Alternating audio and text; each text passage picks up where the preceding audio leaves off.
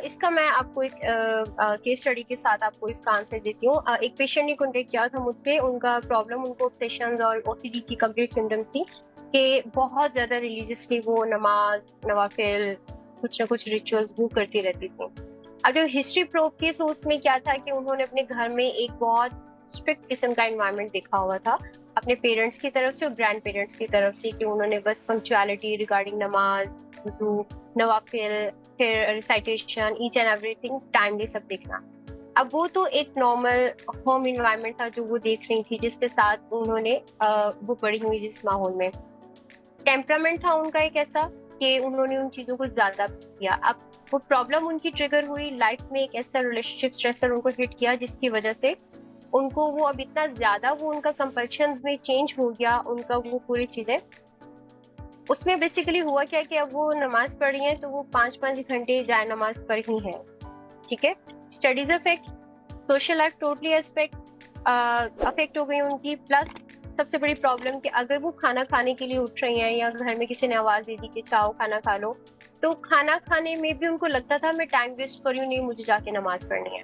तो वो daily basis पे उनका वो एक्शंस, उनके जो कंपल्शन थे इतने ज्यादा हो गए थे कि वो अगर जायनमाज से उठ भी रही हैं या वो इवन वॉशरूम भी जा रही हैं, तो वो उनको होता था कि मैं टाइम वेस्ट कर रही हूँ, मैं कुछ मिस कर दूंगी। एक फियर उनको हिट करता था, एंजाइटी स्टार्ट होती थी, तो वो फिर फौरन से जाके जायनमाज पे बैठ जाती थी। सो उनको एंजाइटी कम हो रही थी, तो उनको लगता था मुझे रिलीफ मिल रहा है, मुझे सुकून मिल रहा है। ठीक है, ये एक हो गई चीज जो होम इन्वायरमेंट से वो जो पेशेंट थे उनके साथ ये चीजें स्टार्ट हुई।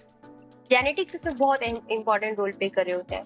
अगर पेरेंट्स में किसी को कोई मेंटल हेल्थ इश्यू है तो ज्यादा चांसेस हैं कि वो चीजें इनहेरिट होके उस पर्सन में आएंगी। बट 50% हम ये बात कर सकते हैं, हम ये नहीं कह सकते कि यही फैक्टर है जिसकी वजह से प्रॉब्लम आगे इनहेरिट होगी। उसमें ये होता है कि आपका इन्वायरमेंट कैसा रोल प्ले कर रहा है। ठीक है, अब यहाँ पे जिस पेशेंट का मैंने बताया है उसमें पेरेंट्स को कोई प्रॉब्लम नहीं था, बट एक होम इन्वायरमेंट उन्होंने बचपन से ऐसा देखा था, एक स्ट्रिक्ट किस्म का, जो कि बाद में चल के उनके ऑब्सेशंस में कन्वर्ट हो गया, उनके कंपल्शंस में कन्वर्ट हो गया, कि अब उनको उससे प्रॉब्लम हो रहा था। पेरेंट्स को प्रॉब्लम नहीं हुआ क्योंकि वो उनके घर का एक रूल था जिसको फॉलो करना था।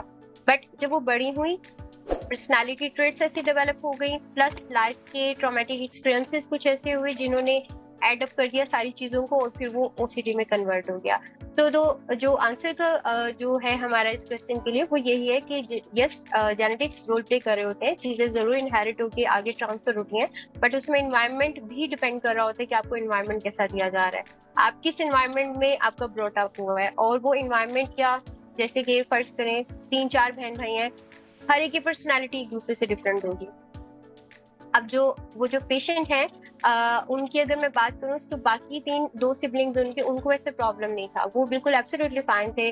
और जबकि वो जो पेशेंट थी वो उनको ज्यादा चीजें हो गई। सो उसमें जेनेटिक तो है, प्लस इन्वायरमेंट कैसा है, आपकी पर्सनालिटी टेम्परामेंट्स कैसे हैं, आपकी पर्सनालिटी ट्रेट्स कैसे हैं जो सबको परसीव किस तरह से कर रहे हैं, तो ये सारी चीजें रोल प्ले कर रही होती हैं। बट अगर हम बात करें कि सिर्फ जेनेटिक्स रोल प्ले कर रहे हैं, तो 50% ट्रू है, 50% ये फॉल्स।